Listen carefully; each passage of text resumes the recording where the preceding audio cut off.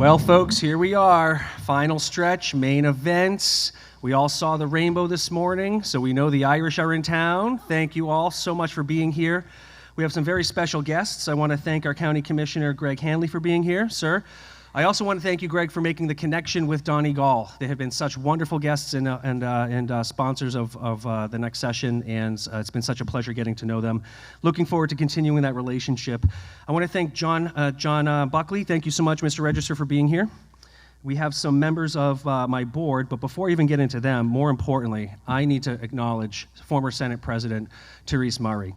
Former Senate President, but always president of my heart, Terry. Thank you for all you do for us. I want to acknowledge my board. We have Amy Naples from the Chamber of Commerce here. We have Rick Veo, America's own Kevin O'Reilly, and we have Town Director of Planning, eating an Oreo cookie, Lee Hartman. Smile, Lee. Show us your teeth. Show us the blues. So part of the purpose of this next section is to show not just that entrepreneurship can be successful even with the most strange kind of concepts or unfamiliar ideas, but also to demonstrate that Plymouth is so much bigger than our shore would suggest. We are in many ways international. And to prove that, we had a session this morning for those of you who are unable to join us with Plymouth UK. They presented their smart sound concept, which we are absolutely adopting, no doubt, yes. And also this afternoon, we're gonna hear from Cathaoirleach Martin Harley, Economic Development Director of Donegal, Gary Martin, and Declan Gallagher, serial entrepreneur. I'm going to first welcome to the stage Cathaoirleach Martin Harley, first elected to office in 2000. Martin was married to Denise, and they have 5 children. He was elected as Cathaoirleach of Donegal County Council for the years of 23-24. And since being elected to public office, several projects which have been ongoing for the past 40 years have been brought to completion. Are you sure you're not from Plymouth, sir? Martin is a hard-working man and is focused on continuing access to funding for improvements in road networks and also maintenance of essential services. Furthermore, he is constantly available to locals to assist in social housing issues, which of course impacts us even here in Plymouth. Ladies and gentlemen, please warmly welcome Cathaoirleach Martin Harley.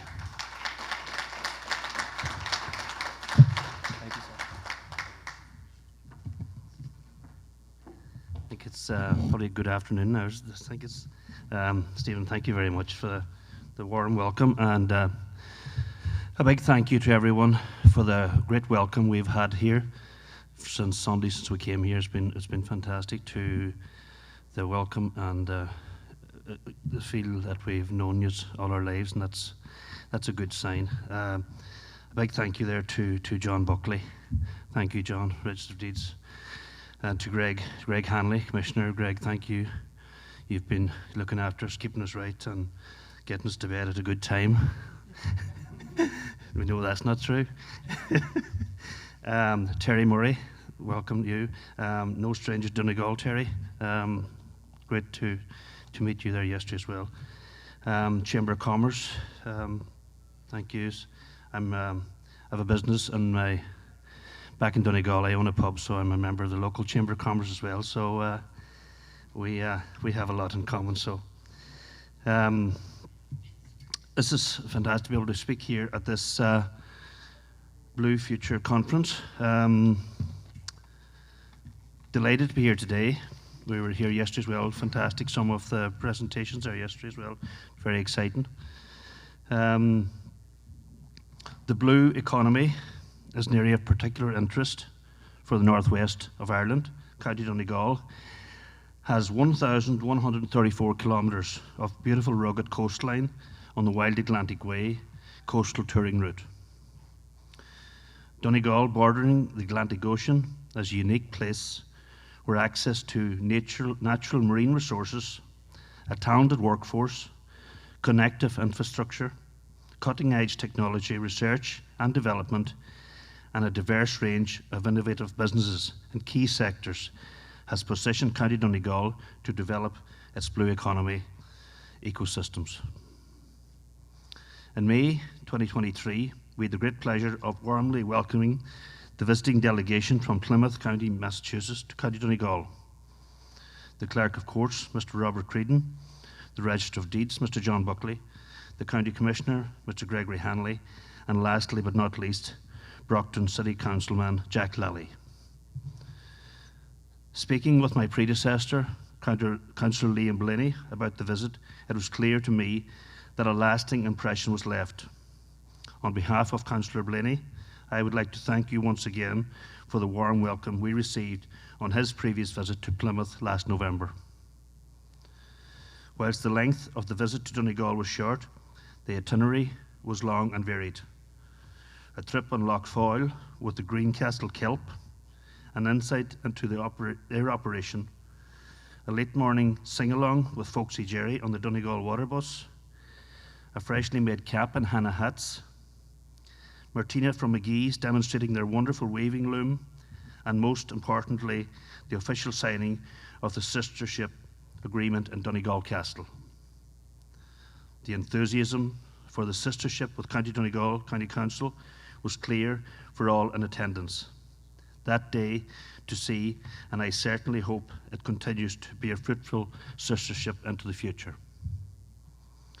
Donegal County Council has a proud tradition in celebrating the work of its diaspora. With the work of Donegal Diaspora Project and the Tip O'Neill Annual Irish Diaspora Awards last month, I had the honour as Cathaoirleach of Donegal County Council of celebrating the successful career of Professor William C. Campbell, one of 3 esteemed Tip O'Neill Annual Irish Diaspora Award recipients in 2023. Professor Campbell is a resident in Salem, Massachusetts, only an hour north of Plymouth County. Most notably a Nobel Prize winner, but Professor Campbell is originally from Ramelton in County Donegal. Whilst Massachusetts has become home for Professor Campbell, Donegal is very proud of everything he has accomplished in his field of medicine. And at 93 years young, he is enjoying retirement here in Massachusetts. The Tip O'Neill Annual Diaspora Awards take place in Donegal annually. Next year, the event will take place on the 27th of September 2024. And as Cathaoirleach of Donegal County Council, I would like to extend a warm welcome to anyone who wishes to make the journey to Ireland to celebrate with us. This conference is also an opportunity to highlight the enduring bonds between 2 peoples, separated by an ocean, but united by shared history and common values that have shaped our intertwined histories. First, let's journey back in time to the early 17th century, to a period marked by political upheaval in Ireland. The Flight of the Earls, which occurred in 1607, saw the departure of prominent chieftains who took to the seas to flee from their homeland. Faced with political turmoil and conflict, they crossed oceans and sought refuge in Europe and beyond in the US.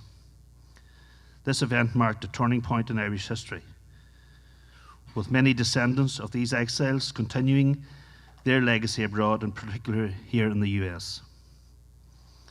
Fast forward to 1620, when Irish settlers, who also experienced religious persecution, embarked on a perilous journey across the Atlantic. They landed at Plymouth Rock, on the coast of Massachusetts, seeking freedom and a new beginning. These individuals contributed to the rich tapestry of Americans' early history and built the foundations for the future success of the people and the place. As Irish and American communities grew and prospered, they often worked together to address common challenges. Irish immigrants played a significant role in shaping the United States, contributing to its culture, politics, and economy. In turn, Ireland has welcomed American investment and support, fostering economic growth and development. I suppose it was lovely yesterday when we went to John Buckley's office, and I seen the photograph of John when he was 2 years of age with John F. Kennedy, which was a very poignant for us to see, and must have been for him at the time. And it was just a fantastic photograph to have, John. It's a moment I won't forget. So thank you. As Irish, what stands out in the stories of the Flight of the Earls and the Plymouth Rock is the resilience and determination of people facing adversity. In both cases, individuals sought to escape oppression, find a safe haven, and build a better future for themselves and their families. Their journeys exemplified the strength of the human spirit in facing challenging times. This is our shared history that connects us. People still have the same desires today in relation to building a better future for themselves. This is where collaboration and partnership has been vital to continue to build upon the links between the northwest of Ireland and the US. We are separated, but we are also connected by the Atlantic Ocean. And the theme of our blue future is incredibly important as we face common challenges and opportunities in the blue economy. Our nations have faced this fair share of challenges, from struggles for independence, economic hardships, through international conflict and recent COVID-19 pandemic.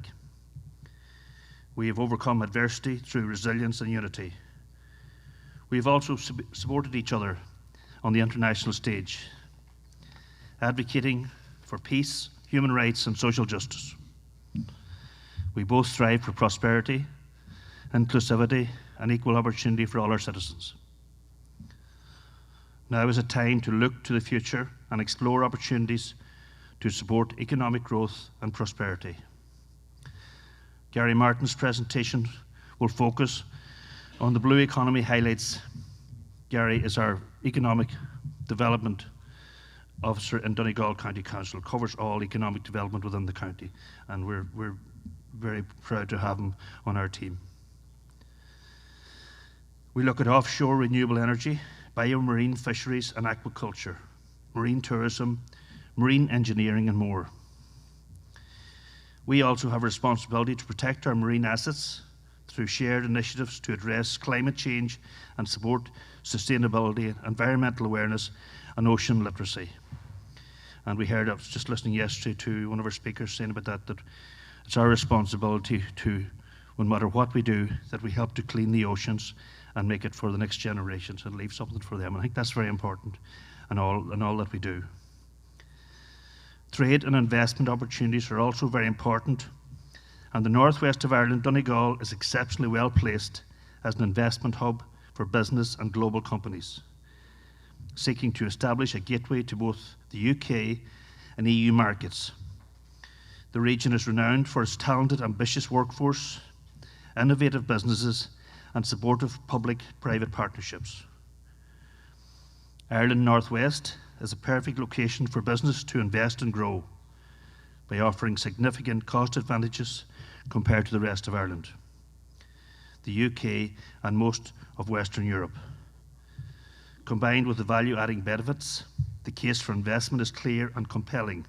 The Northwest region is a gateway to growth and success.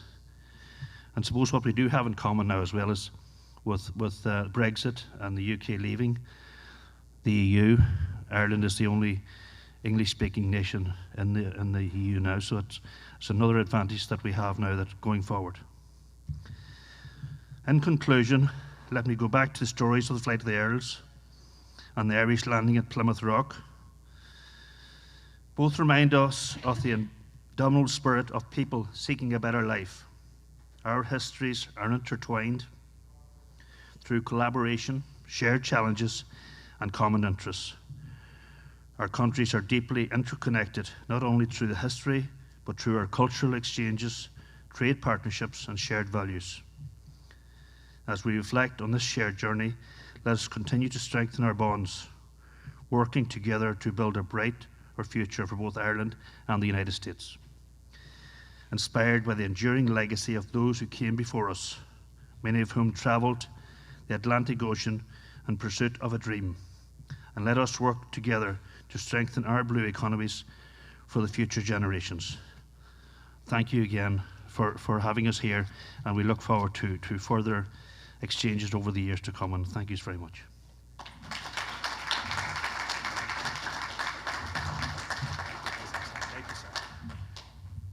Thank you, Cahirla. Let's hear it for the Cahirla again, huh? Fantastic.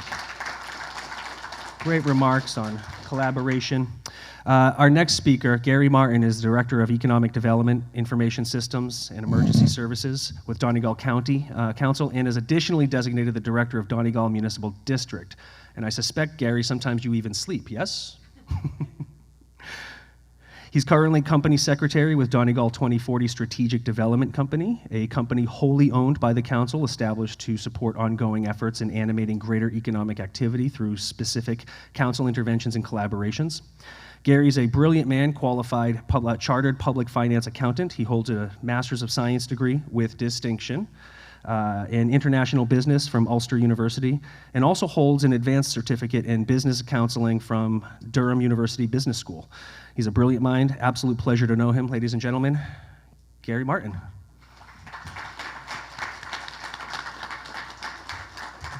Keep it going. He's not here yet. Keep it going. There you go. It's for the cameras. It's for the cameras. Thank you, sir. Thanks, Steve. I know how to play the crowd, right? Keep the applause going. Listen, thanks so much. And just in case I forget, I always forget to thank people. I just want to be joined with the Cahirla's comments and thanking everyone here for their very, very kind welcome. It's been fantastic. It's been a real whirlwind of 2 days. And just to acknowledge that there's so many people, if I mentioned them, we'd forget them. But I suppose in particular, just to mention my good friend Greg Hanley, in particular, who has been chaperoning us for the last 2 days. He took his job so seriously, he moved out of his own house and moved in with us for the 2 days. So that shows a commitment that has been incredible. And to everyone else as well, who's been so kind to us over the few days in our Cahirla, as mentioned them. So anyway, we're heading towards lunchtime, so I've got to try to do something to keep you guys interested for the next short while as well. I think this is the clicker, is it, Steve? Yes, sir. Okay, let me see, do I get this to work? Yeah. So our good friend and colleague from Donegal, Declan Gallagher, will be talking, I suppose, specifically after this about the seaweed and the kelp sector and businesses in which he has established and grown hugely successfully in Donegal. I'm going to take it just a level above that to talk about the wider blue economy that we have and our approach to that. Everything that we do in Ireland and then subsequently Donegal is obviously established, and I suppose in the European Union context, we're one of 27 countries within the European Union. So the broad rules of engagement that we have to operate within are generally tied into that. So there's been a very, I suppose, strategic EU Blue Economy report just published this year, and it's recognised, particularly for coastal countries like ours and a coastal county like ours, that it offers huge opportunities for us going forward. As a county, we've moved probably from subsistence farming and agriculture within 2 generations to a very, very modern economy now, but one that we want to make sure is blended across all of the various sectors where we have a comparative advantage on and building on the great skill sets that our employees have. So that acronym of ORE, that's offshore renewable energy, and I think the Lieutenant Governor, when she was presenting here yesterday, would have reflected the ambitions of the state in that space as well. It's a hugely important area for us. And I suppose on the back of the energy crisis that we've experienced in Europe, on the back of the Russia-Ukraine war, we're very, very anxious to make sure that we establish our own sources of energy going into the future. So offshore renewable energy, we'll see, will be a cross-cutting component of everything that we do over the next number of years, and we'll go into some detail on that in a second. And the figures there give you an idea of the value. You know, everything comes down to pounds, shillings, and pence. So, and that's, I suppose, what we expect our offshore renewable energy sector to look like in Donegal in the next number of years. Politically, wind turbines, I guess it's the same here, although I noticed a few wind turbines in or around Plymouth when we were here. Politically very challenging because they're visually a little bit obtrusive. And in a coastal county like ours, and when we're trying to drive tourism, politically they're not terribly acceptable. So we have a focus on far offshore renewable energy, so say 50 miles out into the Atlantic Ocean. But you need pretty good technology to be able to drive that. But we have a real sweet spot 50 miles out into the ocean, and I'll tell you the reason why in a second and why we think it's going to be a really important part of investment for us going into the future. Those are some of the national frameworks that we have. Our government at a national level has established a very structured approach to identifying appropriate real estate out at sea and how best to share that amongst all of the different stakeholders so that we don't fall out with the fishers, we don't fall out with the environmentalists, we don't fall out with the guys that are trying to invest billions in this type of an area.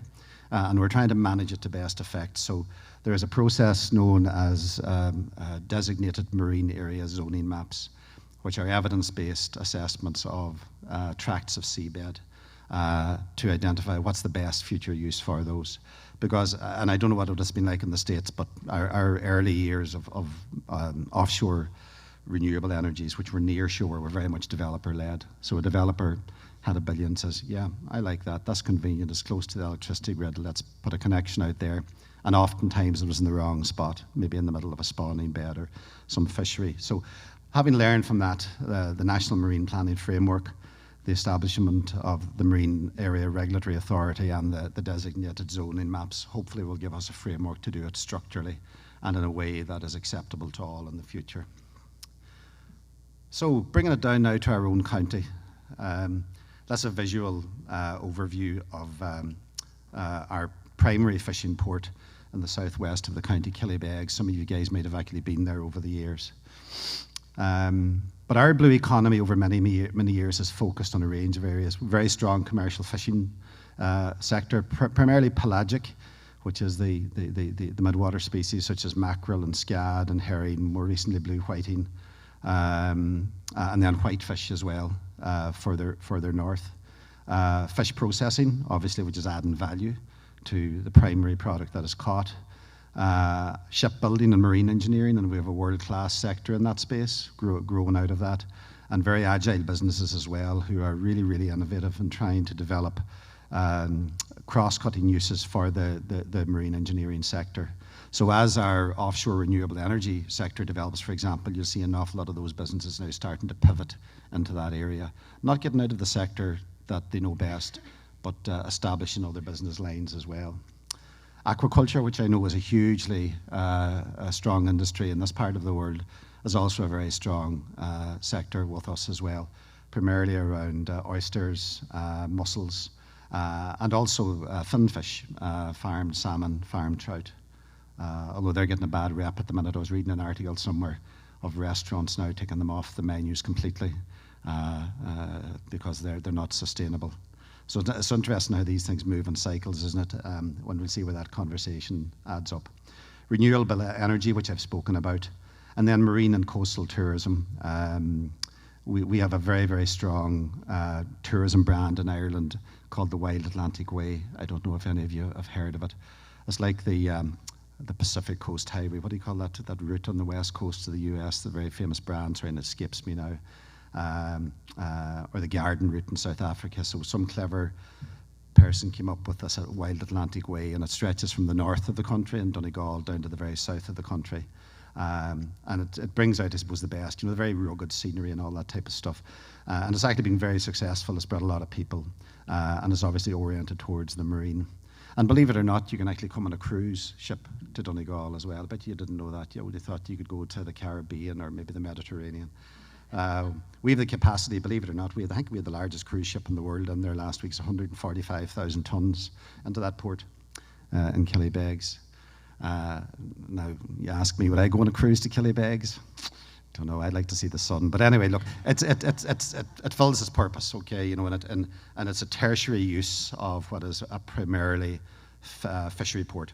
And it's working really well and adds huge value on shore. So, that's a map of Ireland, and that's a map of Donegal up in the northwest of Ireland. And that's a map of our maritime boundary on the right-hand side. And as you can see, the continental shelf is a little bit off. So our water is comparatively shallow, close in to the shore. And that's why we have I suppose, a particularly rich ecosystem, and also an opportunity for the development that I spoke on earlier. Yeah, that's one of those cruise ships there. I'm not sure, this is a strange kind of a slide. I'm not sure who put this in here, but anyway, I'll just speak to it a second. We are, as you know, within the European Union, but we're proximity. As a county, we're actually quite unusual in the Republic of Ireland. We're effectively landlocked from the rest of the Republic of Ireland by Northern Ireland, following partition 100 years ago. So that has caused, obviously, challenges during the times of the Troubles and all the rest of it. But like everything in Donegal, we always kind of find ways of working around it. We didn't pass much remarks on it. We just got on with it as best as we could. And now, because the UK has left the European Union, we actually sell the value of being close to the UK. So businesses that want to maybe have one foot in the European Union and one foot in the UK, they can locate in our part of the world in partnership with our colleagues in Derry City and Strabane Council, which is in Northern Ireland, but we work very closely with them because they're our neighbours. So that's why it's again a unique location. So we are that gateway location to the EU, the UK, and indeed North America. And we have quite a large number of American multinational companies that are based in Donegal, companies like United Healthcare, trade in as Optum. We had Primerica, which would have been Prudential Insurance, and Letterkenny. They sold out to TCS a number of years back, and Abbott as well, the medical devices company, are based in Donegal. And we have huge numbers of American multinational companies based in Ireland as well, and we're very, very thankful of that. We have 1,134 kilometres of Atlantic Ocean coastline, and that's why businesses like Declan's are so successful, because that wild environment is really conducive, to the growing of naturally various forms of seaweed and kelp. We got a tour of the Irish Moss Museum. Greg, was what it was called. I didn't know. I said we're going to the Irish Moss Museum. I said, what the hell is the Irish Moss? Jeez, I thought it was some acronym for some kind of alcohol. But anyway, it turned out to be the Carrageen Moss. And Carrageen Moss, for those of us that lived in rural Donegal over the years, it was stuff that our grandmother used to give us, as a pudding or as a dessert. We didn't know it was good for us. It didn't taste very good, actually, truth be told. So you're always trying to put sugar and jam and all kinds of stuff in to bring a flavour to it. But a really interesting story, because like that, back in the days of subsistence, our forefathers would have used the naturally grown products, on land and on the sea. And Carrageen Moss was there, and it was hugely interesting to see the very strong industry that you had in this part of the world on the back of it, and how it used to fund kids to go to college and all this type of stuff. We didn't do that in Donegal. It was just fed to us by our grandparents, but very interesting as well. As I said, we're on the Wild Atlantic Way touring route, and then our territorial waters extend to the 12-mile national limit. And I don't know why. We have an airport in Donegal as well, Donegal Airport in Carrickfinn. I mentioned Killybegs earlier as our primary fishing port, and what we have established there is a blue economy hub, which is effectively to try to develop, the opportunities for the blue economy around that, and working very closely with business. I work in government, so what I try to do, along with the elected members in the councils, we try to pull the levers that make things work best for business. We don't try to be businesses like Declan. Those guys know what they're doing, but we try to create an environment that allows them to do what they want to do. So, looking at our premier deepwater port on the island of Ireland, we're lucky to have it in Killybegs. We want to maximise the opportunities in that. So in that port, primarily, we have fish landings, first and foremost, which are then processed on shore by various fish factories. And over the years, and most recently there, you'll see down, is it on that slide or is it a further slide, there's a recent €50 million investment made in that to add further value. So as I use the analogy, mackerel, the fish that you'd be familiar with, when it's landed in Ireland is worth maybe €1,200 a tonne. So the trick is, how do we make that tonne of fish into a value of 12,000, multiplied by 10 or even more than that. I think that's what we all have to try to do, is to maximise the opportunities coming out of our natural comparative advantages. Add the value to the product, such as what Declan's doing in his business. Create further value downstream than just simply primary processing. Some blurb there as well on the size of the vessels that we have. I often watch, I'm sure some of you are familiar with that, what do you call that, Deadliest Catch show. The guys out in Alaska, their trawlers are nothing to the trawlers we have. We have real trawlers. If you want to come to Killybegs, you'll see some of the largest ocean-going trawlers of the world. So we've got a very, very, very, very strong fleet there, and that's a sense of some of the scale of them there as well. And there's some blurb there as well in relation to the level and the scale of landings that we have. A very important port. Brexit, we lost access to some of the shared fishing grounds with the United Kingdom as a result of Brexit. So we've lost probably about 30,000 tonnes of quota being landed in Killybegs every year in the back of that. And our government, in conjunction with the European Union, has put in some funds to try to assist in mitigating the worst impact of that. So the 50 million euro investment in the downstream processing is one way of doing that. So you're landing lesser amounts of product, but you're actually trying to get greater value out of that. So whilst we look forward to the new blue economy, we very much appreciate and respect the traditional blue economy that we've had over the years as well. Yeah, this is just some blurb on the fishing and fish processing. Very important sector in County Donegal, particularly in the coastal communities, which are rural and which wouldn't have very strong traditional employment bases. So it's really, really important. So areas like Killybegs, Cairndonagh with shellfish as well, and would be two of the primary areas that would be working on that. And now, sorry, yeah, there's the 50 million euro investment in the Brexit Process Capital Support Scheme as well, just referenced at the bottom. And you have some scale then of the number of processing companies in the country. So that remains a very important sector for us. Aquaculture is also a very important sector as well. We would have had some of the largest finfish aquaculture farms on the island of Ireland from its early inception. But they've got a really bad rap over the last number of years, you know, and you guys that are in that sector, you know, the issue with the parasites that tend to congregate, you know, in these relatively small cages. And there seems to be an evolution, particularly in the end user, as I said earlier, that people are now less inclined to use the farm product, other than when it's farmed maybe in a more sustainable manner. So I think the idea of intensification of lots and lots of fish in a small cage, I think we're going to try and figure out a way of maybe putting less fish into larger cages and manage them a little bit better. And I don't know if that's the same issue that you have here, but there's certainly a lot of kickback in Europe on that at the present time. But we also have a very strong shellfish sector in that area around oysters and around mussels. And I think, like yourselves, export internationally on that. And the waters that we have in Donegal they're particularly pristine. So we can get a premium price by selling that into, let's say, the European markets, into the French and Spanish type markets. So that's working really, really well, and it's continuing to develop really well as well. And again, you have some figures there in relation to the numbers employed and the value in wages and so on and so forth. And when I mentioned earlier about having a blended economy, just for a second, our economy in Donegal, like we all come from small little farms effectively. Most of our families, probably 2 generations back, they wouldn't have gone to college. So the employment that they'd have gotten would have been very much in I suppose, the agriculture sector or the fishery sector. And also that we had a very strong textile sector as well, right up until the 1990s. And as with all textile businesses, including in the United States, the cost of production was chased around the world. We had it for probably 15 years, up until the late 1990s. We had companies like Fruit of the Loom, which would be very strong American companies. You know, I'm sure some of you guys might be wearing Fruit of the Loom underwear, whatever the case may be. I'm not checking. So that was there until the late 90s. But then obviously the cost of production got a little bit more expensive, and then they were moved offshore to Morocco. That had a huge impact. We had kids, particularly young women, that would have left school in their mid to late teens, and they were bereft of work. Thousands, literally thousands. So it took us 10 to 15 years to get that ship turned around, to get people trained up, and to get people, I suppose, to aspire to more value-added types of employment. And that's why in the council now, along with the Cahirla and his colleagues, we focus very much on having a blended economy.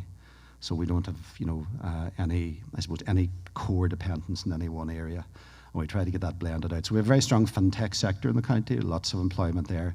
We have a very strong medtech sector in the county, lots of employment there. A very strong tourism sector, a very strong blue economy sector across all of those other subsectors, hospitality, government services, all of those. And our job is to try to make sure we keep that blend, get the ingredients right, which is why aquaculture is and will remain a very important subsidiary element of that. And I mentioned earlier in relation to marine engineering and advanced manufacturing, and a lot of that has come about as a result of the former, I suppose, the shipbuilding industries, particularly that we would have had in around Killybegs and also in Greencastle and in Downings, primarily now in Killybegs, ship maintenance more so than building. But all of that has allowed us to develop, I suppose, advanced manufacturing, with those cross-cutting skills that can be used across a range of areas. And we have a lot of very innovative businesses now that are really working outside of the box and developing products that are exported right across the world. So you'll see products developed in Killybegs, pumping fish, out in Alaska now or out in Norway because they're leading edge. And they do a lot of research and development in that space and spend a lot of money in that space. And they've got to be ahead of the curve all the time. So that's part of our ecosystem as well. And that's just a few examples of those companies. And I should have said at the outset, if there's any particular subsector that anybody in the audience that has a particular interest in, I'm not a specialist in any of these areas. I'm a generalist. But I know who you need to talk to if you want to come and say, look, I'm really interested in such and such a sector. And through our concierge service, we're very, very, very happy to set up conversations with you if you're actually interested in that. I think we'll make this slide show will be available as well, Steve, to anybody who might want it afterwards as well. So, yeah, and we have a marine cluster in Killybegs that tries to systematically work through all of the different subsidiary areas to get best value, and working back to ourselves and the government, figuring out what levers to pull. So we'll often work with central government in attempting to try to get funding, let's say maybe for new shiplift facilities, to extend the pier, maybe for further uses down the line, and to try to maintain that balance between the primary use for fish processing and landing, the secondary use, as a commercial port for landing, for example, the very large wind turbines that are being brought in at the minute, and then the tertiary use of it as a tourism port for those very large cruise ships that I referenced as well. I mentioned as well that, 2 generations ago, all of our families would have been very, I suppose, if we were educated to first level, junior school, I guess you'd call it, it was probably the height of it. Like my grandparents wouldn't have been educated beyond junior school, which is what, maybe 11, 12 years old. My dad actually left school at 14 and went on to become a tradesman. My mum actually was the first person, I think, in her family that actually went to, it was nursing school, it wasn't college as such, but nursing school in England when they were looking for a lot of the Irish girls to come over and take up nursing professions. But education has been hugely important and given us all a platform to move forward. It's the one key that we can all bring to bear in our communities. Particularly every town or every region has the wrong side of the tracks where kids maybe didn't get that start in life that they needed. So education is so important, and to be fair to our government and successive governments, they've made huge investments in that across all of the different levels. And we have some great examples of kids who were on the wrong track, going through initiatives such as our Education and Training Board and our Cahill as a member of that board, getting the direction that they need and becoming real good citizens on the back of that. And that's going to be something critically important as well as we develop out the blue economy workforce as well over the next number of years. And there's a few examples there as well of what that might actually look like. And we continue to develop our infrastructure as well in order to take advantage of that. So we need to put in place, I suppose, modern technologies. Just as a matter of interest, and I always have to say this, we have the best digital connectivity in the world in Donegal. You come to my house in Donegal, and I guarantee you won't get a better broadband connection anywhere. Yeah, not many people know that. Yeah, absolutely, yeah. I'll give you my wife's number, you can call her. Joking aside, our government has made huge investment over the last number of years. So it means now that, businesses it's not an issue anymore. 10 years ago, people would be breaking your chops saying, oh, gosh, I'd love to go there and I'd love to work there, but the connectivity is a bit iffy and all the rest of it. Never an issue now, and that's both in work and in home use. And we have a hugely ambitious national plan that's to be rolled out and completed in the next 3 years, that every single house on the island of Ireland will have fibre connectivity to future-proof it. And that's hugely enabling at so many different levels as well. So we continue to work on that, and then obviously all of the other pieces of infrastructure that you need to make an area work. We road, air, sea connectivity. Greencastle Breakwater, which is to establish, I suppose, another deep water port area up in the north of the county, and Lough Foyle, and then other, I suppose, redevelopment initiatives which we're doing as part of regeneration and former fishing ports such as Burton Port Harbour, kind of that port area transitioning from being a traditional fishing port to one that's more focused on recreation and accessing our offshore islands. Yeah, and this is the marine and coastal tourism bit as well. That's one of those very large cruise ships that you can see. And they are huge. I mean, 145,000 tons is about half the size, again, of an aircraft carrier, so it'll give you an idea of the scale of it. But we have them coming in, several thousand passengers coming off. I think we'd probably maybe about 40 of them in this year. And it's part of a northern touring route in Europe, where they go around different ports in Europe. Personally, I'd prefer the southern ones, but anyway, it's clearly popular because they're increasing every single year, and obviously very, very valuable. So what we're doing is we're using the existing marine infrastructure to add value above and beyond what is currently doing in those, I suppose, primary and secondary uses, and having a real good impact as well on the back of that. And when Greg Hanley isn't in the McGee's in Donegal town buying the best tweed suits that you ever saw on the face of the earth, these guys are in doing it as well. You know, so it's an important sector for us. And then I suppose to the point, our guest and Declan's presentation will be a lot more interesting and meaningful than mine. We do have a huge and long, extensive history in working with seaweed. Seaweed traditionally used to have been used, I suppose, as the fertilizer for people when they would have been planting their crops back in the day. People would run down and harvest it off the rocks because there was no money to buy what you call regular fertilizer. So they would when they were planting their potatoes, they would use seaweed as the fertilizer for that, cut it off the rocks and bring it up. And over the years then, its greater value became understood, and it was processed primarily and then maybe sold in bulk then. I think it was initially to the Japanese primarily. Back when I was working directly in economic development 25 years ago, we had companies doing that. And now new innovative companies such as Declan's are looking at how do we add the value, how do we make that 12,000 tonne of mackerel be the 1,200 tonne per tonne of mackerel, how do we make that 12,000? And it's about continuing to add value in all of that as well. So a lot of the cosmetics that we use nowadays, you'll have various seaweed products in it. And there are so many derivatives that can be drawn from it across so many areas. It really is a product for the future. And my own estimation, I think, is that we're at a very, very early stage of evolution in that particular blue economy subsector. And I know certainly, you have aspirations in this part of the world to continue to drive that, as do we. And we certainly would look forward to collaborating with you and our businesses in that space as well. And there's a few examples there as well. As I say, I won't steal Declan's thunder. I'm not quite sure what he's going to say, but as I said, it'll be an awful lot more interesting than mine's. I said at the outset about our ambitions for offshore energy. That's a heat map there showing the mean wind speeds off the coast of Ireland, and the deeper the colour, the higher the speed. The higher the speed basically means that you get a higher and quicker return on your investment if you put turbines in that area. So you'll notice up off the northwest coast of Ireland, which is off our coast, there is a very large hot spot or honey spot of bright orange, and those are the highest mean wind speeds in Europe. And using offshore floating technology, the objective is for us to put in, I suppose, substantial investment in that area.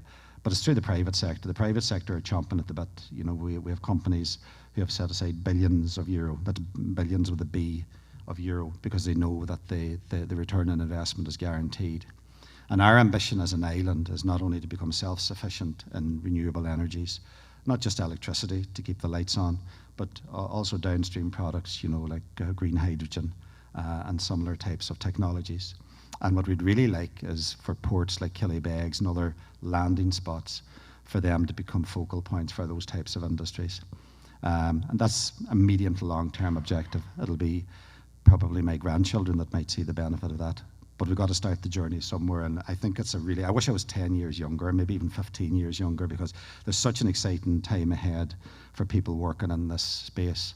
And when you see, innovative businesses, such as Declan's and those that are in that offshore renewable space, hugely, hugely, hugely exciting times ahead for all of us. And I think the European Union has an ambition for Ireland to become the Saudi Arabia of Europe. And just to clarify what I mean by that, no, it's not that. To become basically an energy exporter, and that we would be able to continue to keep the lights on in Europe as well. And because of the huge engine of capacity that we have off our coasts, we think that we can certainly do that. And that's why our government has got those very structured plans in place to roll it out over a period of time, and we look forward to working with them on that. So that's it there. A couple of those are kind of catchphrases. People love these catchphrases. You put them up there and, it's supposed to mean something. What is it there? Innovation, expertise, collaboration, ambition, potential, support. Yeah. Look, at the end of the day, it's all about relationship. Like what we're trying to do with you guys, like we're trying to build relationships. I always use dating as an analogy. I don't know what that tells about me, but when I was younger, your first date was about getting to know somebody gently. At a very, very basic level, just to get an understanding. Was there a spark? Was there something that you guys, had in common, that you might maybe have a second date and a third date and so on and so forth? I had a lot of first dates and lots of them didn't go to be on the second date. The point that I'm making is that I suppose the purpose of today's presentation, from my perspective to you guys here today, is to give you a little sense of what we are and who we are and where we are and what our ambitions are, what our strengths are, what we think the opportunities are. And maybe to give you guys an opportunity to reflect on that. And if there's a touch point that any of you guys think is, say, okay, that's something we might be interested in. And it's on a give and take basis. Look, if there's something that we can share with you guys that will add value to you, indeed vice versa, then that's what we want to do. And we do want to, I suppose, continue to develop the relationships, on a business case as well. We're doing very well on the social side, I have to say. We're A1 on that.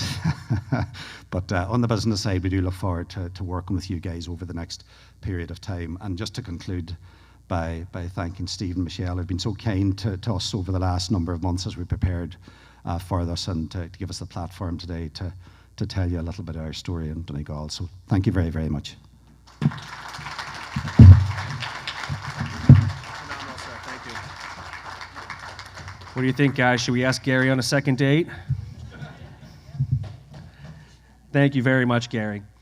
So the theme of the conference is always really about celebrating and trying to understand more about entrepreneurship. And that's why it gives me pleasure to introduce our next speaker, our main event, as it were, our keynote speaker for day 2, Declan Gallagher. It takes some education to demonstrate your product is viable in the market. You have to educate your consumers to not only how to use it, but also that it might do a thing for you, whatever that thing may yet be. I'm glad to say that Declan Gallagher is a Donegal-based serial entrepreneur who has done this twice now. He's been involved in the seaweed industry for over 20 years. In 2004, he founded Elan Glass Chornta, a factory that produced liquid and granular seaweed fertilizers. Under his leadership, the company grew to become one of the leading producers of seaweed fertilizers in Ireland. In 2009, he was a finalist in the Ernst Young Entrepreneur of the Year Awards. Declan sold the company in 2014. In 2019, Declan founded Elas Namara Charnta, a new company that produces seaweed extracts specifically for the sports turf market. The company has quickly grown to become a major player in the seaweed extract market. And on June 22, Declan announced that he was building a new factory to meet the growing demand of his products.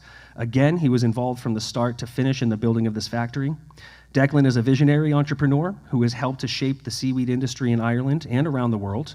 He's a pioneer in the development of seaweed-based products and is committed to promoting a sustainable use of seaweed resources. Ladies and gentlemen, a resounding round of applause for Declan Gallagher, our keynote entrepreneur speaker. Keep it coming. He's not here. Take your time, Declan. Soak this in. Yeah, walk slow. Keep it coming. Come on.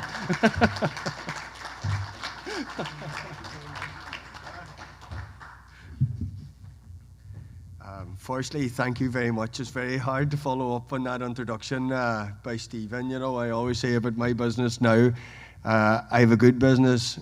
4 in every 5 days is only a bad day. There's a good day in every week. But no, firstly, I want to thank Stephen and his team for the invitation here. I particularly want to thank Gary and Martin. I feel homesick after Gary's presentation there. I really, when you look out on the slide, I'm very lucky to have been born in County Donegal and live in County Donegal, Gary and his colleagues at Donegal County Council do a tremendous amount of work to develop our infrastructure. And I think really give us confidence to go that if we invest in people and we invest in industry, that we can become world leaders. And again, a lot of that starts from a state point of view, and we're very lucky to have Donegal County Council. They've done a tremendous amount of work to Donegal over the years. And we wouldn't have the companies we have today without them. So thanks, Gary and Martin and your team for all their help. So I just want to talk a wee bit about Ocean Knowledge and the business that I set up in 2004. And the idea growing up in County Donegal is I've always been a home bird. Kilcar, which is in the southwest corner of County Donegal, is just nestled under the cliffs of Slieve League, which are the highest sea cliffs in Europe, and just west of Killybegs Port, which Gary highlighted a couple of times on his slide. So Kilcar is about 7-8 miles from Killybegs. Total population of Kilcar is 1,200 people.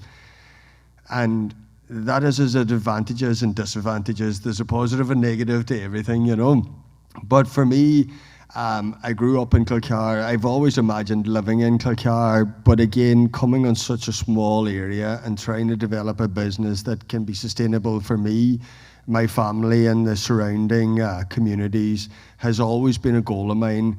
And I think it started at a very young age. I remember my grandmother used to go down onto the shore, and she used to take dillisk off the shore, spread it out the back of her house. And I remember eating the seaweed as a small boy, never imagining that I would be in the seaweed business. But again, I think for us, the area we grew up in, the resources that are available to us, I think as individuals, we're very, very lucky. And it's about how do we utilize them resources. And again, just talking on some numbers. So when seaweed was first harvested on the west coast of Ireland and sold internationally back in the 60s and 70s, in today's value, it was generating about 1,300 euros, which is about $1,500 per tonne. So every tonne of seaweed came off the coast was generating a sales value of about 150 tonne. Our company today, our sales value is 1,400 euros, so about 1,500 US dollars per tonne. And our goal as a company is to continuously raise that value, as Gary talked about, particularly similar to the market or the mackerel industry. So, there will come a day where, as a company, we can't harvest any more seaweed because, again, seaweed for us is a resource that we've got to manage correctly. Because, again, we learn something new about the raw material every single day, every single week, and every single year. And I think the true value of seaweed will really come in the next generations coming through. Our goal is to basically develop a foundation. And I think the next level of educated people coming through in terms of our kids and their kids will be the ones who really maximize from the knowledge we develop. So sustainability is massively important for us, but the day that we can't harvest any more seaweed because it's not sustainable shouldn't stop our company growing. And that's why investment and research and product innovation is very, very important to us as a company. So I set up OGT, or as Oil and Glass Charnta, back in 2004, which basically means Green Island Limited. So Oil and Glass being Green Island in Irish. And the goal was to learn a lot more about seaweed. And I look at my grandmother when she harvested seaweed, and I talk a lot to a lot of the older generations people. And one of the things that's been, the growing up in a small community, there's a lot of interaction between younger people and older people. And I think as a younger person, I would always ask older people, if you could turn around the tides, what would you do if you were me now going out into the business world? And so many of the people were passionate about seaweed and the benefit of seaweed. Back in the 1930s, 40s, and 50s, a lot of local farmers used to go down onto the shore, take the seaweed or kelp from the shore, spread it onto the land, and could produce very strong and healthy and vibrant grass, which in turn the animals consumed, and the animals became a lot healthier because of that, and they could get more weight on the animals, and the animals could produce more milk in terms of the dairy industry. So seaweed for me is probably something that's, people in Ireland have talked about for hundreds of years. The problem with that is how do we develop an international business? And it's nice to say my grandmother harvested seaweed and very much believed in seaweed, but unfortunately outside County Donegal, not too many people know my grandmother. So we needed to learn more information about seaweed than just my grandmother's beliefs. So when I set up OGT in 2004, a big part of the company was to obviously develop a commercial business, but also to develop a business that would continuously invest in knowledge, research, and innovation. And today, I think we're a successful company because of two things. One, because of the product that we make and the quality of the product we make. But I think the biggest value to us as a company is our knowledge on our raw materials. So, for example, some of our customers include Pebble Beach, Cypress Point, Olympic Club, to name some of the golf courses in America. Actually, 2 weeks ago, I was down in Missouri in a place, Big Cedar. There's a lot of money in Missouri. If we can get some of that money to Ireland. But for us, it's about understanding truly what challenges they face growing high quality turf grass, whether that's drought stress, whether it's the cost of water. To give you an example, a typical golf course in California uses 60 million gallons of water per year to water a golf course. For us as a company, we're looking at is the Department of Agriculture in California going to give golf courses 60 million gallons of water, which is 240 million litres of water a year? Probably not. But golf courses are very innovative. You take some things for them, they struggle for a while, but they evolve. And one of the advantages seaweed has is the ability to be able to bind and hold water. So by applying our product out onto golf courses, they can reduce the amount of water. But for us, it's about very much understanding the challenges that the market faces, which Gary didn't allude to in his presentation, because every slide in Donegal had a blue sky in it. I think all them pictures must have been taken on the one day, Gary, because there's only one day where we get blue skies.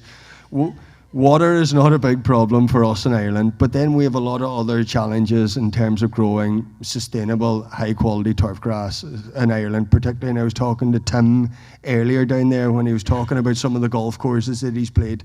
Our golf courses very much have a vision to be sustainable. And Gary works very closely with a lot of our links courses in Donegal, which generated a lot of revenue for the local economy.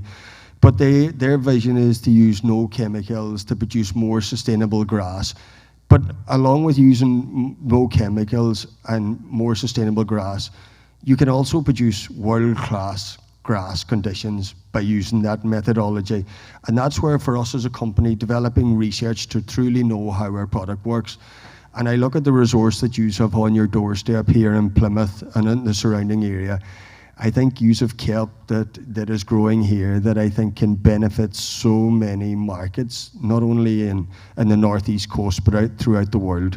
But the key is learning the knowledge about how the product works and why the product works.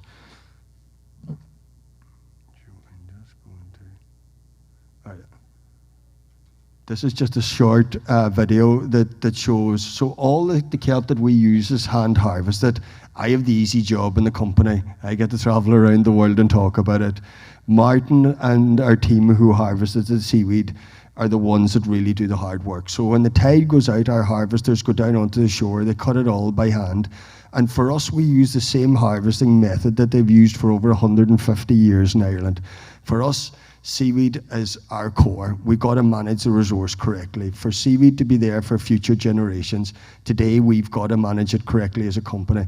And sustainable harvesting is crucial, and it's the only method that should be allowed to be used for seaweed going on in the future.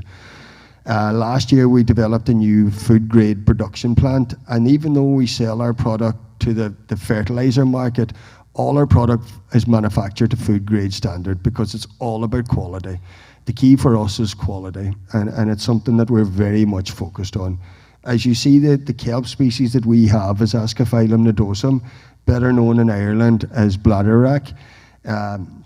What we do is we produce a liquid extract. So what's so unique about the seaweed that grows on the west coast of Ireland is its natural composition is 62% carbohydrates, which is sugars, and the remaining 38% is amino acids, vitamins, micro and macronutrients. So when you apply our product, ocean glass, onto turf grass or agricultural crops, putting onto your agricultural crop or your grass, you're basically putting carbohydrates, amino acids and vitamins, all of which are fundamental to develop a very strong and healthy immune system within the plant. And because a plant is a living organism, generally when it comes under stress or challenges, whether that's environmental challenges or the demands that golfers and sports athletes put on them, them plants try to fight them stresses because they're a living organism, no different to me or you. When we get a cold or flu, the first thing our body tries to do is fight that cold and flu. And if our body is stronger in terms of what we eat and when we eat it, we can fight that longer. And plants are no different. So our product is really about developing a very strong and healthy plant and allowing that plant to fight a lot of the challenges that's thrown on it. So again, Ocean Knowledge set it up in 2019. I done probably the criminal thing that, looking back in history, I developed a company in 2004, sold it in 2014, and then bought it back in 2018, you know. I don't know, was it the Irish way of doing business, but it was. And for me, I sold it to a multinational, and one of the problems in a multinational is it became very much about numbers. And for me, seaweed is something that we learn something new about every week. And as a company, we should continuously evolve to become better and better. And I always say today we sell a world-class product, but that world-class product should become better next year, the following year, the following year. And again, every customer that I sell our product to, I always guarantee them that the product I sell them today is good, but the product that we will sell to them in 5 years will be even better again, you know. And it gives us another opportunity to, I think, go back and sell it, you know. One of the challenges we have as a company is we only sell one product. And selling one product is a challenge because, again, year on year, how do you talk about that one product to customers who use it? The best way for us is if our product becomes better and we develop more knowledge in our product, we get that same opportunity to sell the product to that same customer next year, next year, next year. And that's the way our business surrounds about it. We're very passionate to be from County Donegal, and a lot of that is installed by Gary and his colleagues. All the staff that work in the company are from Donegal. Not to say that we wouldn't take anybody else from anywhere else in Ireland, but trying to get somebody from outside Donegal to live in Donegal in January, February and March is a good challenge, you know. But for me, when I set up the company, how do I develop a company that generates a lot of third level education? So I have two younger sisters, and my two younger sisters, one of the things that I always felt in County Donegal is a lot of people love Donegal, grew up in Donegal, but when they go to third level education, they generally go into our bigger cities, which is Dublin, Cork, Belfast, etc., etc. And not a lot of them people get the opportunity to move back into Donegal again. So a motivation for me when I set up the business was, how do I develop a business that I can attract third level graduates to move back to Donegal and use their skills in Donegal to make our company, which is a company that we all work on, a better company.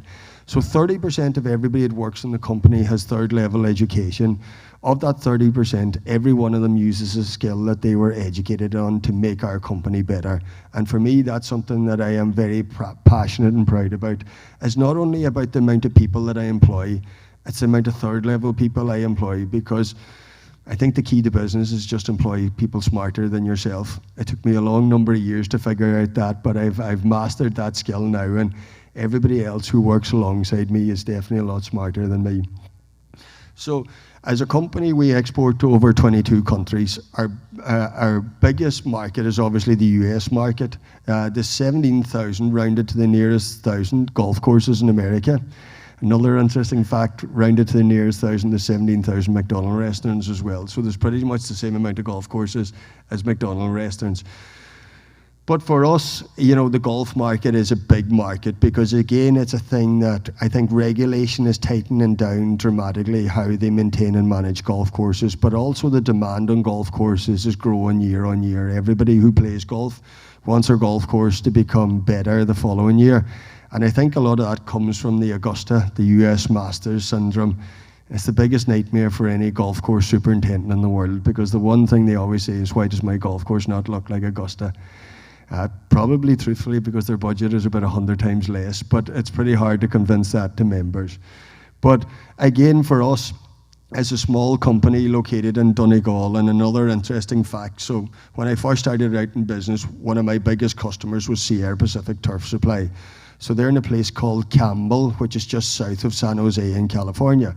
So when we shipped a container from our production plant in Donegal, it basically went on a lorry. Donegal went to either Belfast or Dublin port, went to either Rotterdam or Antwerp, picked up another boat, went to New Jersey, picked up a boat down through the Panama Canal, up to Oakland, and then 2.5 hours road freight from Oakland down to Sierra Pacific's warehouse. 27% of that total delivery cost was Donegal to Belfast or Dublin, which for me, I can take it as a negative, but I've always seen it as a positive. It's forced me to work harder, it's forced my team to work harder, and it's forced us to be more innovative. Because how do we compete in a world market where, in most cases, when we're exporting off an island, is we've got to be better. And better is not always about cheaper. Better is about knowledge, passion, and more importantly, really understanding how our product works and why it works. And I'll talk very quickly with you a wee bit later on about some of the key elements that's found natural within seaweed, and it gives you a bit more of an understanding as to, you know, why and how seaweed benefits it. And if you can understand them two things, selling seaweed is not the most difficult thing. Selling seaweed without knowledge is very difficult, because generally most of the people that we sell to are very smart. If I take, for example, Bubba at Pebble Beach, or I take Jeff Steen down at Big Cedar, they're pretty good at growing grass. You know, my job is not to teach them how to grow grass. My job is to be able to show them how our product can support them in terms of producing high quality grass. It wouldn't take them very long to figure out that I don't know what I'm talking about, you know? And even though we have an Irish accent and most people struggle to understand what we say, they would still figure out I don't know what I'm talking about. So as a company, very quickly, we develop brands. And again, brands for me are not something as a company we get massively hung up on. For me, what we do get hung up on a company is the quality of our product and how our product works and why our product works. As a company, we have two brands, Ocean Glass, glass being green in Irish. So basically for the sports turf market. So this afternoon I fly back to Dublin, arrive into Dublin tomorrow morning, and then I fly from Dublin tomorrow morning over to Manchester. And two of our customers are Manchester City, the soccer club, and Liverpool. So Manchester City is running a research partnership with us, so I visit them tomorrow. I think Gary forgot to mention too, another thing about Donegal and Kilcar, where we come from, just outside Killybegs. It's freaking far from everywhere, you know. I in the first 10 years in business, and it's only after 10 years when I looked at it, I flew 1.4 million miles in the first 10 years of business. And, you know, one thing that I am very lucky about is I have a phenomenal family behind me. And, you know, sometimes maybe family don't get enough credit. I have a brilliant wife who I always say I'm like Lego blocks. When I come home after traveling, I'm all broke up, tired, and she's the best person at putting me together and basically getting me ready to go back out into the world again. And, you know, I think to be successful in business, and maybe partners in business don't get enough credit, but for me, you know, having a great family is massively important, and having the support of a great spouse is very important as well. Plus, when I travel to America, she's very good at giving me a shopping list of what to buy in America as well, you know. So, Ascophyllum, talking very quickly about, I won't bore you, is talking about the species. So basically the composition of Ascophyllum is it contains 63 different elements. And the best way to describe Ascophyllum towards a plant is like you or I taking a multivitamin. So if we look at our multivitamin tablet every morning, it basically contains a little of a lot of nutrients and not a lot of any one nutrient. So whatever your body's deficient in, whether it be calcium, manganese, zinc, boron, there's a small bit of that in the multivitamin, and basically the idea is it builds up your immune system. And the best way to take a multivitamin, and I'm talking about this when I have the worst diet in the world, but is to take a multivitamin every day, build up your immune system. When you become run down, the multivitamin works and your body is able to fight that stress or strain. Fresh Ascophyllum is like a multivitamin to plants. It contains 63 elements, and of them 63 elements, whatever the plant's deficient in, there's some form of that element that supports the plant. And again, turf grass or agricultural crops are living organisms. The first thing that they want to do every day is survive. And the most important one for us is give them the tools to be able to survive. Give them carbohydrates, and when they come under pressure, they turn carbohydrates into energy, and they use that energy to fight a lot of the problems that Mother Nature or human beings throw at it. Again, to very quickly describe why the ascophyllum that grows on the west coast is so beneficial. We get 10 foot of tidal movement every 6 hours in Ireland. So we have a raw material that grows on the west coast of Ireland that 50% of its life it grows out of the water, 50% of its life it grows in the water. So over the last 450 years, for a plant to be able to survive 50% of its life out of the water and 50% of its life in the water, it had to develop a very strong immune system. So that's why ascophyllum contains 62% carbohydrates and the remaining being amino acids, vitamins, and micro and macronutrients. It needs all of them elements to be able to survive and grow and flourish in a stressful environment. Whereas if I take the full Californian bull kelp that obviously grows down around the Monterey area, etc., that grows 99% of its time in water. And the advantage on ascophyllum is because it grows in a stressful environment, it contains more elements. And the best way I describe it is if I travel to India tomorrow, I drink the tap water, I generally get diarrhea and start vomiting. But a local person in India can drink that tap water because their bodies have evolved to be able to deal with the different issues. So their immune system is a lot stronger than my immune system. And it's no different to ascophyllum. Why the plant is so beneficial is it grows in a very stressful environment, and it has evolved to be able to grow in a very stressful environment. So this is a 6-hour picture where you see the left-hand side, the tide being in, the right-hand side, the tide being out. Our ascophyllum goes through this twice every day, and to be able to survive in that environment, that's why ascophyllum basically contains all the goodness that it contains. So we've a plant that grows on the west coast of Donegal that contains all the elements to be able to survive, flourish, and grow in a stressful environment. And when you take all them elements and you give them to turf grass or you give them to agricultural crops, you're giving them all the elements of a plant that has evolved to be able to grow in that.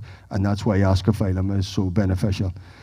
Sustainability for us is crucial as a company. You know, I look at my daughter who's very, very passionate about the environment. And for me, sustainability is key to our success about the company.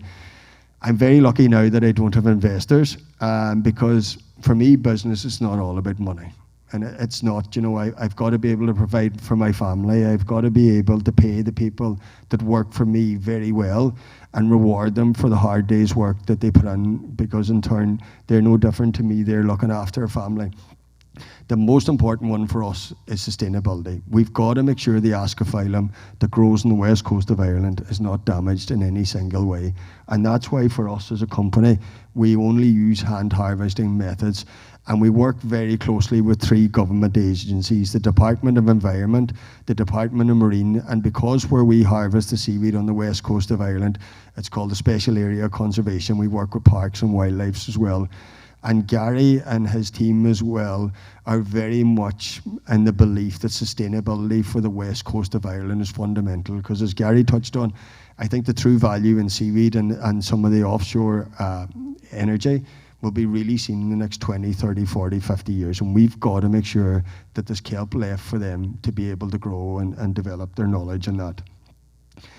As you can see, there's some of the key elements within it, and I'm just going to talk about 2 of the elements. One is mannitol. So mannitol is a small alcohol-based sugar. Mannitol has the ability to be able to move in and out of the plant cell wall. So when you put our product, Ocean Glass, into a customer spray tank, and they apply some nitrogen, potassium, phosphorus, magnesium, manganese, calcium into that tank, basically it allows them elements to be able easily uptaken by the plant. So when Ocean Glass goes into a tank, a customer can reduce his nitrogen consumption by anything up to 17%. And nitrogen is very important to turf grass because obviously it helps it grow and it helps it produce chlorophyll. But excess nitrogen is detrimental to the environment. So it's all about customers being able to use lesser amounts of nitrogen and get more efficiency out of the nitrogen, and mannitol supports that. One of the other carbohydrates is alginate, and alginate's role is basically when the tide goes out on the slide that you've seen earlier, The fresh ascophyllum needs to have the ability to hold on to moisture, otherwise it dries out and dies. So it's a water-binding carbohydrate. So basically when the tide goes out, the seaweed is holding on to water, and that's why our product is so beneficial, particularly to climates where water is either very expensive or water is not readily available. And again, for us, it's knowing the various carbohydrates and the roles that they play within the plant ecosystem and how they support that. Another very interesting thing about ascophyllum is when you spray it onto the leaf, any of the carbohydrates, amino acids that are not absorbed by the leaf that are washed down into the sand and soil profile, you're basically putting a food source for beneficial microbacteria and beneficial fungi. And for us, that's very, very important, because one of the challenges that we see in the world at the minute is basically over mass production of food crops. And basically they're robbing the ground of goodness. But by taking the likes of kelp, and I do believe a lot of the kelp that grows in the west or on the east coast, up along your coast, can be very beneficial to us as well. It not only has the ability to be able to feed the plant, but it also has the ability to be able to feed the plant, the ground that the plant grows on. And that's very, very important as well. So we do a lot of research as a company as how our product works down below the ground. Because again, you know, how do you develop high quality grass? Is very much develop high quality ground to grow the grass within, and it makes it a lot easier. As I talk to you, research and development is very much, in 2020, we built a turfgrass research centre. So in our turfgrass research centre, we can simulate any growing condition anywhere in the world.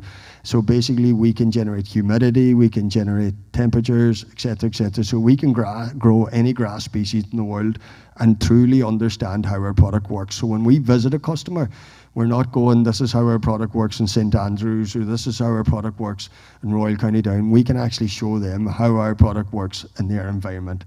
And that's very, very important for us. Not only in the golf industry, but also in the sports turf industry as well. Because, you know, I look at seed companies, I look at fertilizer companies, they're becoming very innovative as well. And we've got to be able to evolve with a lot of our partners, because unfortunately, seaweed is not the solution to every single problem our customers have. Sometimes I wish it was, but they need to use a lot of other very good products as well. And what we are is basically just an ingredient, and their combination knowledge takes our ingredient, mixes it with all the other great products they buy, and that's really the true program that works and develops high quality grass and high quality crops. So again, we're just an ingredient in that whole program, you know. Research and development for us is key. And again, you know, when I go back to kelp, and I keep going back to kelp, what probably sets us apart from most kelp companies is our knowledge, is really understanding how and why our product works. And I've seen so many passionate people set up kelp companies, but the problem with kelp is without knowing it, and particularly trying to develop it and sell it to very smart people, it doesn't take smart people long to figure out you don't know what you're talking about. So for us as a company, knowledge is probably our biggest tool. And again, Gary and his colleagues, Grace and that, are exceptionally good at supporting and aiding small to medium companies get up off the ground, and also collaborating about getting more small companies to talk together. And even at the event that Stephen invited me up to last night, I think it's such a great idea that you all come together and talk. Alcohol does help it. I think an event orientated around alcohol generally gets people to talk a lot easier anyways. But it is, networking is fundamental. And, you know, on your doorstep, you have so many unbelievable resources. And I think, you know, I think you can become world leaders. I think you especially the next generation, but again, they need to be supported, you know, from state. And I also think for them, they've got to be able to look outside the box, that there's a big world out there outside America as well. And, you know, one of the advantages that we have in Ireland is, you know, to be successful, we've got to sell out of Ireland. And that is a key, because, I don't know, is it 6.5 million of a population we have, somewhere around that. You know, it's very, very hard to develop a product that develops a good business model, and all you ever do is supply Irish people. So for us, it's about developing export and evolving around it. We have some other brilliant agri partners in Ireland. Teagasc is the agriculture state party that oversees agriculture. And again, for us, we partner with a lot of universities and a lot of government agencies who have knowledge and have a lot of accreditation around the world. And if we go anywhere in the world with data generated by Teagasc on the agriculture market, pretty much all our potential clients know of Teagasc, and it's a very reputable thing. Sustainability not only comes for us in terms of how we harvest seaweed, and also the importance of making sure that it's sustainable and the resource is going to be there for the next 100 years. A thing I think that my daughter works very hard on me as well, and is the environment that we supply. So we produce an organic product, we produce a sustainable product. Our packaging needs to be sustainable as well.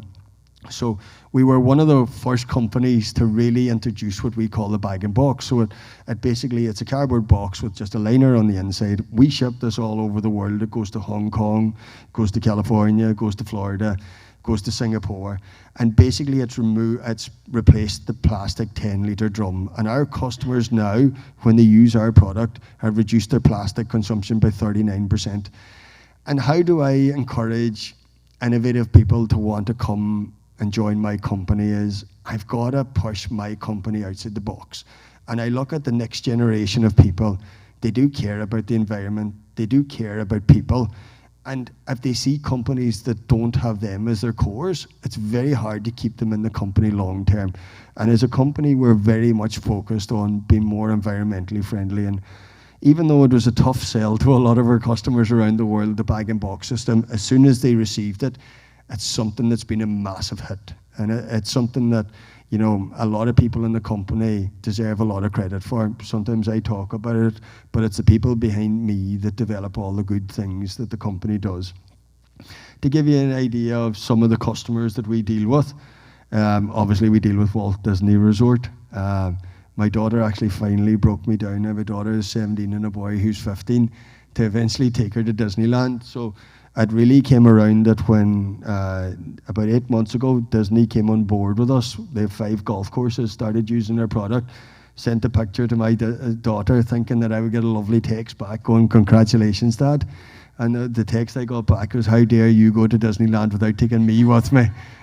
So in 2 weeks' time, I'm actually taking my daughter, wife, and my boy to Disneyland for the first time. So Disneyland golf is a lot to answer for. We deal with a lot of high-end golf courses. We have a great distributor here, actually, in Hartford, Connecticut. It's a company called Heartseed, and they deal with a lot of the golf courses from Massachusetts down to Rhode Island. And it's an area that I think over the next 10, 15 years will very much grow. And I would very much encourage people in this room who have interest or know people who have interest in kelp to explore it further, because for us, the more companies that get involved in kelp, the more awareness is out there. And again, I'm never a person who thinks, geez, there shouldn't be more kelp companies than us. The more good companies is out there, the more then people make customers aware of kelp. And kelp has so many benefits, but again, it needs more companies out there talking about it and researching and looking into it as well. Again, a lot of the soccer grounds are with us as well. And again, one of the nice things of doing all the travel that we do as a company, we get to see some beautiful places. But honestly, one of the nicest trips that I had, and one of the shortest trips I've had, because I only arrived into Boston yesterday afternoon, was meeting a lot of yous last night. I have to say, from the bottom of my heart, thank you so much for all your hospitality last night.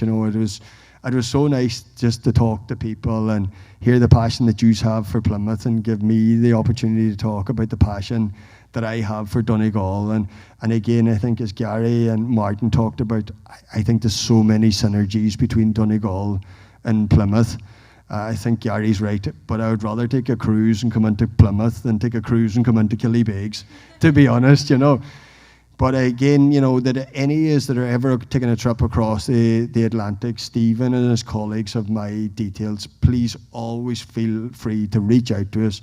Love to show you around the production facility, introduce you to the great team I have, and more importantly, to be able to grab a cup of coffee with you and learn more about the area that's over here, because we have such a connection as Irish people in America, that America is a second home for us.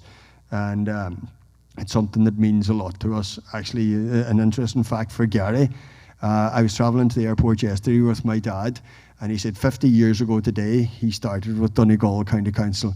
Now, Gary lasted a lot longer in Donegal County Council than my dad did. I think he lasted somewhere in the region of 9 months.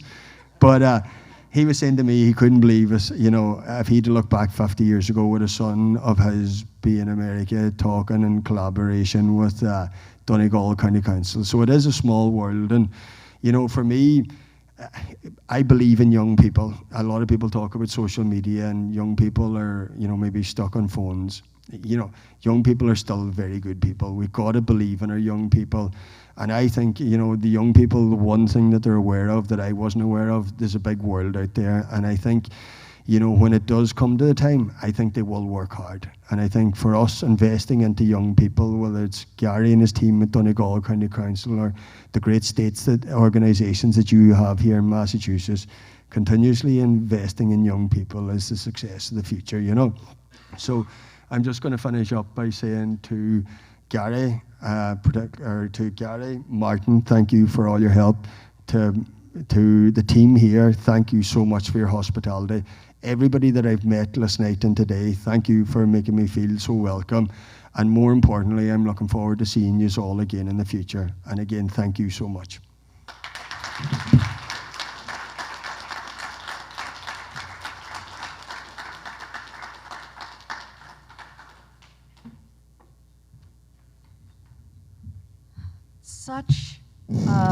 Such a heartfelt, thank you from you. We feel the same. You're always welcome back here, and maybe a little longer next time. Thank you all for being here today. We are continuing this conference, but we're moving the whole conference because we can. So we are moving you all to the Green Sea IQ offices at Cordage Park. We have our EVs, our electric vehicles, are out front if you want to take an electric vehicle and leave your car parked here where your parking is free. Your parking is also free at Cordage Park. We have a slide that there's a map of where you are going in Cordage Park. And where the Green Sea offices are. That should be coming up pretty soon. There will be lunch over there. So they have a box lunch for you, and then we move right into our tech demo where you'll see some autonomous vehicles and robotics that will actually be in the water. So we're going to cross over to their test site, and then a reception back in the Green Sea offices to end the conference. Vendors who have not broken down their tables yet can do so now. And here's the map. So you'll see the little green and blue emblem. That's where Green Sea is. You'll see there's plenty of parking over there. And then where the test demo is just above the parking. Thank you all so much for being here. Thank you all from Donegal. Again, a heartfelt thank you to you. And we'll see you over at the Green Sea offices. I hope that you will all feel comfortable and free to go on over there and check out the EVs.